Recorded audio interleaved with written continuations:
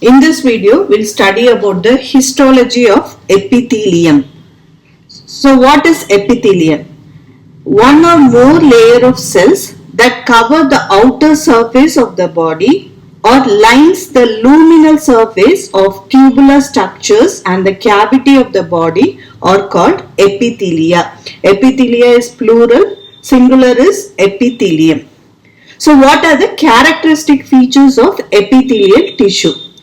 The epithelial tissue are very cellular with little intercellular space. So when you take the intercellular space, it is about 20 nanometer and it is usually avascular and the cell rests on a basement membrane and these cells shows polarity. The cells may display surface modifications. So when you see the functions of the epithelium, it gives protection, it helps in absorption, it helps in secretion and it also helps in exchange of material. Next we'll see about the classification of the epithelia. An epithelium may consist of only one layer of cells, then it is known as the unilayer or simple epithelium. So when the epithelium has a single layer of cells, then it is known as the simple epithelium.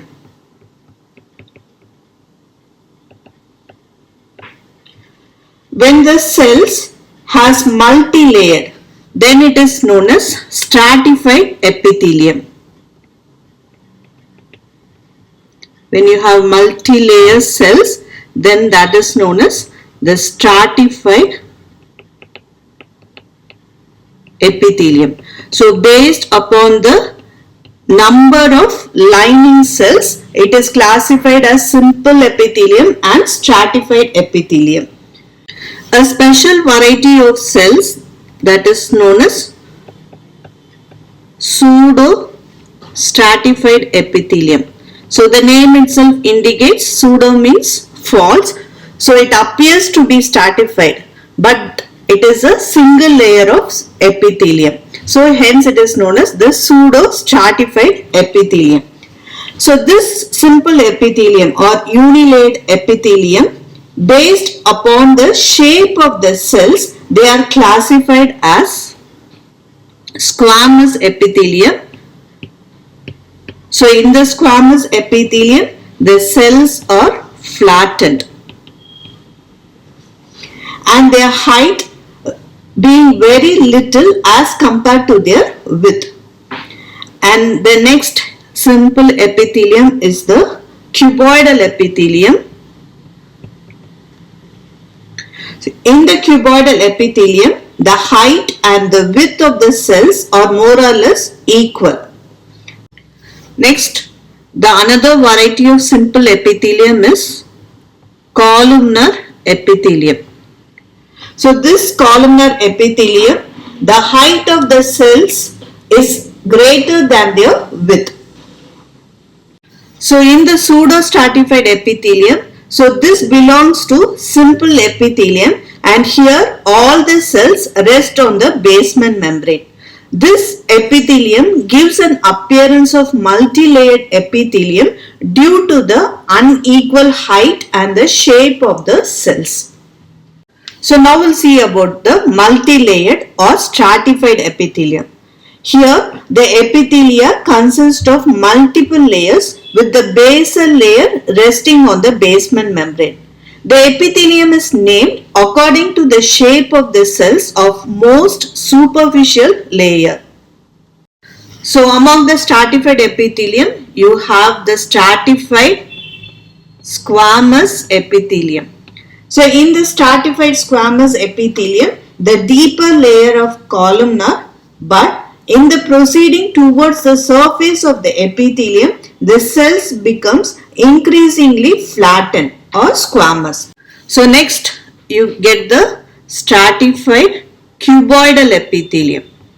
So in the stratified cuboidal epithelium, the surface cells are cuboidal in shape. Then you have the stratified columnar epithelium. So here the surface epithelium are columnar in shape. A special variety of stratified epithelium is known as the transitional epithelium. So this transitional epithelium is also known as the urothelium, as it lines most of the urinary tract. So the transitional epithelium, you have multilayered cells of epithelium and it is made up of columnar, polygonal or round cells, and the cells towards the surface of the epithelium are umbrella shaped cells. As the transitional epithelium is confined to the urinary tract, it is also known as the urothelium. Next we'll see about the simple epithelium, the squamous epithelium in detail. So this is the surface view. So when you view from the surface, the cells have polygonal outline and they interlock with those of the adjoining cells. In the section, so these are the section. In this section, the cells appear flattened and their height is less than the width. And the cytoplasm of the cells forms only a thin layer and the nucleus is more prominent and it bulges to the cell surface. With the electron microscope, the junction between the cells are marked by occluding junction. So the junction are tightly sealed. Any substance which passes through the epithelium has to pass through the cells and not in between the cells. So when you see the location of the squamous epithelium lines the alveoli of the lungs. It lines the free surface of the serous pericardium, the pleura and the peritoneum. Here it is known as the mesothelium. It lines the inside of the heart where it is known as the endocardium. It lines the blood vessels and the lymphatics where it is called as endothelium. The squamous epithelium is also found lining some parts of the renal tubules and in some parts of the internal ear. So when you see the function of the simple squamous epithelium, it helps in the rapid transport of substances, diffusion of gases and filtration of the fluids. Next we'll see about the cuboidal epithelium. In the cuboidal epithelium, the height of the cell is same as the width. The nuclei are usually rounded. In the sectional view, the cells appear cuboidal in shape. When viewed from the surface, the cells are hexagonal in shape. So when you see the location of the cuboidal epithelium, a typical cuboidal epithelium may be seen in the follicles of the thyroid gland, in the ducts of the many glands and also the surface of the ovary. The other sides are the choroid plexus, the inner surface of the lens and the pigment cell layer of the retina. A cuboidal epithelium with a prominent brush border is seen in the proximal convoluted tubules of the kidney. So when you see the functions of the cuboidal epithelium, it is mainly concerned with the secretory and absorptive function. So next we'll see about the columnar epithelium. The cells of the epithelium are much taller when it compared to the width. The nuclei are elongated and it is located in the lower half of the cells. All the nuclei are placed at the same level in the neighboring cells too. So in the vertical section, if you see, the cells are more or less rectangular in shape and in the surface view, the cells are polygonal in shape. The columnar epithelium are classified according to the nature of the free surfaces of the cells. So when there is no particular specialization, that is known as the simple columnar epithelium. In some situation, the cell surfaces appears cilia. So then it is known as the ciliated columnar epithelium. In some situation, it is covered with microvilli.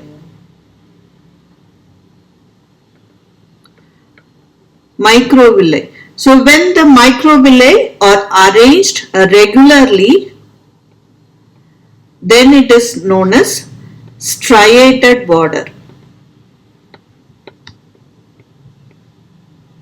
So when the microvilli are arranged irregularly, then it is known as brush border. So when you see the location of the columnar epithelium, the simple columnar epithelium is present over the mucous membrane of the stomach and the large intestine. The columnar epithelium with the striated border is seen most typically in the small intestine, and with the brush border is seen in the gallbladder. The ciliated columnar epithelium lines most of the respiratory tract, the uterus and the uterine tubules. It is also seen in the efferent ductules of the testis, the parts of the middle ear and the auditory tube, the ependymal lining of the central canal of the spinal cord and the ventricles of the brain. When you see the functions of the columnar epithelium, some columnar cells have a secretory function. The apical part of the cells, so these are secretory cells. So here the apical part of the cells contain the secretory vacuoles. The secretory columnar cells are scattered in the mucosa of the stomach and the small intestine. In the intestine, many of them secrete a mucus which accumulates in the apical part of the cell, making it very light staining. So these cells acquire a characteristic shape that is known as the goblet cells. Some columnar cells secretes enzymes. In the respiratory tract, the cilia move the mucus accumulating in the bronchi and the contained trapped dust particles towards the larynx and the pharynx. When excessive, this mucus is brought out as sputum during coughing. In the uterine tubes, the movement of the cilia help in the passage of the ova towards the uterus. The microvilli increases the surface area for absorption. Next we'll see about the pseudostratified epithelium. So it is not truly a stratified epithelium but appears to be stratified. Normally in the columnar epithelium, the nuclei lie in a row towards the basal part of the cells. Sometimes the nuclei appear to be arranged in two or more layers, giving an appearance of stratified epithelium. The cells are attached to the basement membrane. The cells are of different heights. So you have tall cells and you have short cells. Or the short cells is also known as the basal cells. The epithelium may bear cilia, or this is known as the ciliated epithelium, and they may contain the goblet cells. So these are goblet cells. The cilia are capable of movement. At sometimes this epithelium may display the stereocilia. So when you see the function, the tall columnar cells are secretory in nature, while the short basal cells are stem cells which constantly replace the tall cells. The cilia helps in the clearance of the mucus and the stereocilia helps in the absorption. When you see the location of the pseudostratified epithelium, the non-ciliated pseudostratified columnar epithelium is found in some parts of the auditory tube, the ductus deferens and the membranous and the penile part of the male urethra. The ciliated pseudostratified columnar epithelium is seen in the trachea and in large bronchi. The pseudostratified columnar epithelium with stereocilia is seen in the epididymis. Next we'll see about the stratified epithelium, the stratified squamous epithelium.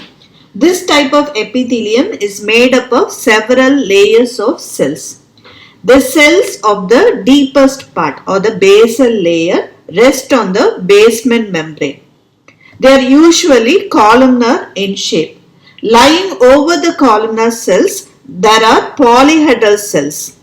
As we pass towards the surface, the cells becomes progressively flattened, so that most of the superficial cells consist of flattened squamous epithelium. The stratified squamous epithelium can be divided into two types, non-keratinized and keratinized. So here you are seeing non-keratinized stratified squamous epithelium. The non-keratinized stratified squamous epithelium are situated where the surfaces of the squamous epithelium remain moist and most of the superficial cells are living and the nuclei can be seen. So here you can see the flattened squamous epithelium and here you can see the nuclei. So this kind of epithelium is described as non-keratinized stratified squamous epithelium. So these non-keratinized stratified squamous epithelium covers the wet surfaces which are exposed to wear and tear. It is seen in the lining of the mouth, the tongue, the oropharynx, the laryngopharynx, the esophagus, the vagina and the cornea. Under pathological condition, the epithelium in any of these situations may become keratinized. Next we'll see about keratinized stratified squamous epithelium. At places where the epithelial surface is dry, as in the skin, the most superficial layer of the cells, they die, they lose their nuclei and they form a substance that is known as the keratin, which forms a non-living covering over the epithelium. So this kind of epithelium constitute the keratinized stratified squamous epithelium. So this keratinized stratified squamous epithelium covers the skin of the whole of the body and forms the epidermis. The stratified squamous epithelium, both keratinized and non-keratinized, is found over those regions of the body that are subject to friction. As a result of friction, the most superficial layers are constantly being removed and they are replaced by proliferation of the cells from the basal layer. This layer therefore shows frequent mitosis. The functions of the stratified squamous epithelium is it is protective in nature. The keratin prevents a dehydration of the underlying tissue. Next we'll see about the transitional epithelium or urothelium. It is a multi-layered epithelium or 4 to 6 cells thick. It differs from the stratified squamous epithelium in that the cells at the surface are not squamous. The deepest cells are columnar in shape. So here you can see the columnar cells and the middle layers are made up of polygonal cells. So here you get the polygonal cells. The middle layer is made up of polygonal cells and the cells on the surface are large and they are often shaped like an umbrella. So here you can see this is the surface cells which are umbrella shaped cells. In the urinary bladder, it is seen that the cells of the transitional epithelium can be stretched considerably without losing their integrity. When stretched, it appears to be thinner and the cells become flattened. Location of the transitional epithelium, it is found in the renal pelvis, the calyces, the ureter, the urinary bladder and the part of the urethra. Because of this distribution, it is also called as the urothelium. So when you see the function, at the surface of the epithelium, the plasma membrane are unusual. They are embedded in the lipid layer of the membrane. They are special glycoprotein. It is believed that these glycoprotein make the membrane impervious and resistant to the toxic effect of the substances present in the urine and thus afford a protection to the adjacent tissues. With the electron microscope, the cells of the transitional epithelium are seen to be firmly united to one another by numerous desmosomes. Because of these connections, the cells retain their relative position when the epithelium is stretched or relaxed. The cells in the basal layer of the transitional epithelium shows occasional mitosis. The many cells of the superficial layer or the luminal layer of the epithelium may contain two nuclei or a single nuclei with multiples of number of chromosomes, that is polyploid.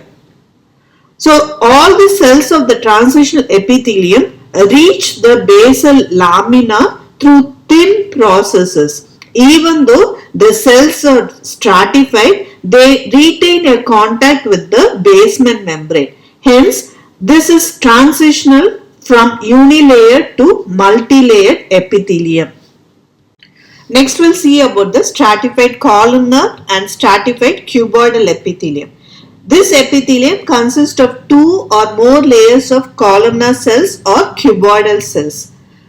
These are located, the stratified cuboidal and the columnar epithelium is seen in the large ducts of the exocrine glands like sweat glands, pancreas and salivary glands. When you see the function, like all stratified epithelia, it is protective in function and it also helps in conducting the secretion of the glands. Next, we'll see about the pathological correlation. A tumor or neoplasm can arise from any tissue if there is an uncontrolled growth of the cells. Such a tumor may be benign when it remains localized or may be malignant. A malignant growth invades the surrounding tissues. The cells of the tumor can spread to distant sites through lymphatics or through the bloodstream and can start growing there, producing secondaries or metastasis. A malignant tumor arising from an epithelium is called a carcinoma. If it arises from a squamous epithelium, then it is a squamous cell carcinoma, and if it arises from glandular epithelium, then it is known as adenoma. Commonly, the cells in the tumor resembles those of the tissue from which they are derived, and this is used in the pathological diagnosis. However, in metastasis of fast-growing tumors, the cells may not show the characteristics of the tissue of the origin. So, this is known as undifferentiated tumor. And it may be difficult to find out the location of the primary growth. In such diagnosis, can be aided by localization of the protein that are present only in the epithelia. So, this is done using immunohistochemical techniques. The shape of the epithelial cells is related to the amount of contained cytoplasm and organelles. So these are in turn related to the metabolic activity. The squamous cells are least active. The columnar cells contain abundant mitochondria and endoplasmic reticulum and they are highly active. Laterally, the epithelial cells are in contact with other epithelial cells. The contact between adjoining cells are intimate and this intimate contact ensures that the material passing through the epithelium have to pass through the cells rather than in between them. We have seen that the cilia are present on the free surfaces of some epithelial cells. The surface area of an epithelial cells may be greatly increased by the presence of microvilli or of basolateral folds. Some epithelial cells contain pigment. Such cells are present in the skin, retina and the iris. The epithelia are generally devoid of blood vessels and their cells obtain nutrition by diffusion from the blood vessels in the underlying tissues. In contrast, delicate nerve fibers frequently penetrate into the intervals between the epithelial cells.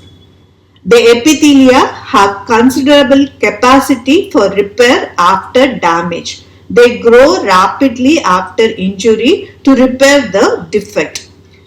It should be remembered that the epithelial cells that look alike on superficial examination could have very different function.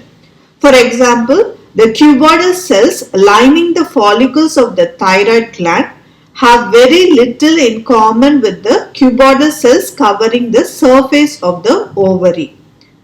The epithelial cells in which the transport of the ions is an important function, example the renal tubules, are marked by the presence of basolateral folds. So here you will get the basolateral folds and the presence of large number of mitochondria for the ion transport. The tight junction between these cells prevent passive diffusion of the ion. The epithelial cells contain some protein not present in the non-epithelial cells. So these include the cytokeratin. Such proteins can be localized using immunohistochemical techniques. Next we'll see about the basement membrane. Epithelial cells rest on the basement membrane. In multilayered epithelium, the deepest cell lie on the basement membrane. A distinct basement membrane cannot be seen in hematoxylin and eosin stain. By using special staining, you can see the basement membrane very clearly. Under electron microscope, the basement membrane is seen as a two-layer. So this is the basal lamina. So this basal lamina is towards the epithelium. The epithelial cells rest on the basal lamina. And then you have the reticular lamina. So this reticular lamina consists of reticular tissue and it merges with the surrounding connective tissue. The basal lamina is divided into two. So you have the lamina densa. The lamina densa which consists of fibrils and lamina lucida which appears to be transparent. The lamina lucida lies against the cell membrane of the epithelial cells. So when you see the functions of the basement membrane, it provides adhesion to one side of the epithelial cells or the parenchyma and on the other side to the connective tissue, the collagen fibers. It acts as a barrier to the diffusion of the molecules. The barrier function varies with the location because of the variation in the pore size. Large proteins are prevented from passing out of the blood vessels, but in lung, the diffusion of the gases is allowed. The basement membrane may play a role in cell organization as molecules within the membrane interact with the receptors on the cell surface. The substance present in the membrane may influence the morphogenesis of the cells to which they are attached. The membranes may influence the regeneration of the peripheral nerves after injury and may play a role in the re-establishment of neuromuscular junction. Next we'll see about the projection from the cell surface. So many epithelial cells show projection from the cell surface and the types of projections are cilia, then you have microvilli and then you have the stereocilia. So when you take about the cilia, these are seen in the light microscope as minute hair-like projections. So when you see the cell surface, so this is the cell. So from the cell, so this is the nucleus, and from the cells you can see minute hair-like projection. So this is cilia. So when you see the parts of each cilium, it consists of shaft. So this is the shaft. And the region attached to the shaft to the cell surface is called as the base. The free end of the shaft tapers to a tip and each cilium is 10 micrometer long and 0.25 micrometer in diameter. These cilia contain microtubules. So when you see the functional significance, the cilia lining an epithelial surface move in coordination with one another and the total effect being like a wave. As a result, the fluid, mucus or some solid objects lying on the epithelium can be caused to move in a specific direction. The movement of the cilia lining the respiratory epithelium helps to move the secretion in the trachea and the bronchi towards the pharynx. The ciliary action helps in the movement of the ova through the uterine tube and of the spermatozoa through the male genital tract. In some situations, there are cilia-like structures that perform a sensory function. So they are non-motile but can be bent by external influences. Such cilia present on the cells in the olfactory mucosa of the nose, and they are known as the olfactory cilia, and they are the receptors for the smell. Similar structures, they are known as the kinocilia, are present in some parts of the internal ear. So when you see the pathological correlation, the cilia can be abnormal in persons with genetic defects that interfere with the synthesis of ciliary protein. This leads to immotile cilia syndrome. As secretions are not removed from the respiratory passage, the patient has a repeated and severe chest infection. The woman affected by the syndrome may be sterile as the movement of the ova along the uterine tube is affected. The ciliary proteins are present in the tails of the spermatozoa, and an affected male may be sterile because of the interference with the motility of the spermatozoa. The ciliary action is also necessary for the normal development of the tissues in the embryonic life. The migration of the cells during embryogenesis is dependent on the ciliary action, and if the cilia are not motile, various congenital abnormalities can result. Next, we will see a modification of the cilia, that is the flagella. So these are somewhat longer processes having the same basic structure as cilia. In human body, the best example of a flagellum is the tail of the spermatozoa.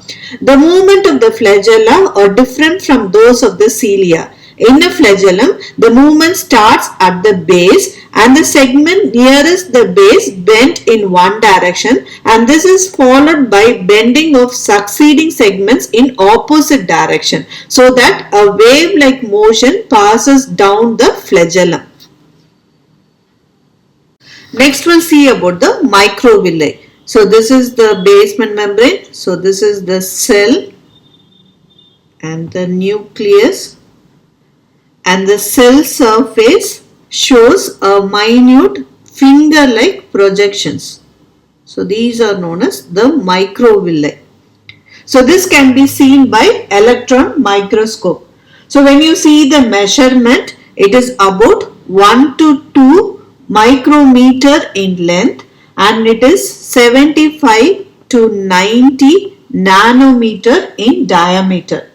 The microvilli are covered by a polysaccharide which is known as the glycocalyx. Each microvillus consists of an outer covering of the plasma membrane and a cytoplasmic core in which there are numerous microfilaments which are actin filaments. The filaments are continuous with the actin filaments of the cell cortex. So with the light microscope, the free borders of the epithelial cells lining the small intestine appear to be thickened.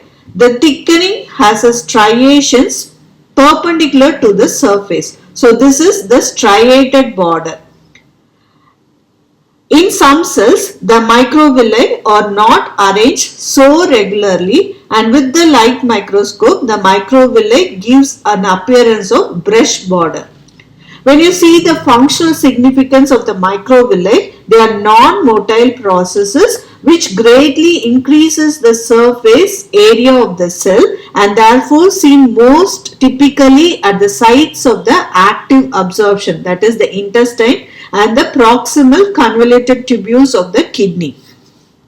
Next we'll see about the stereocilia. So they are very long and thick microvilli measuring about 5 to 10 micrometer in length, and they are non-motile. The stereocilia are seen on the receptor cells in the internal ear and on the epithelium of the epididymis. They increase the cell surface area for absorption in the epididymis, and in the internal ear the probable function is in the signal generation in the hair cells of the internal ear. So next we'll see about the basal foldings. So this is the cell, basement membrane, and the cell. So this cell shows basal foldings, infoldings.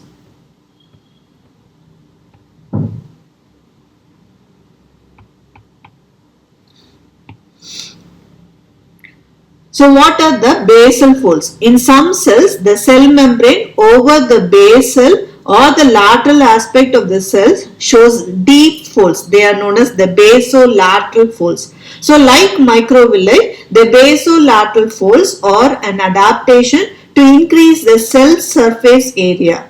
The basal folds are seen in the renal tubular cells and in the cells lining the ducts of some glands. The lateral folds are seen in the absorptive cells lining the gut.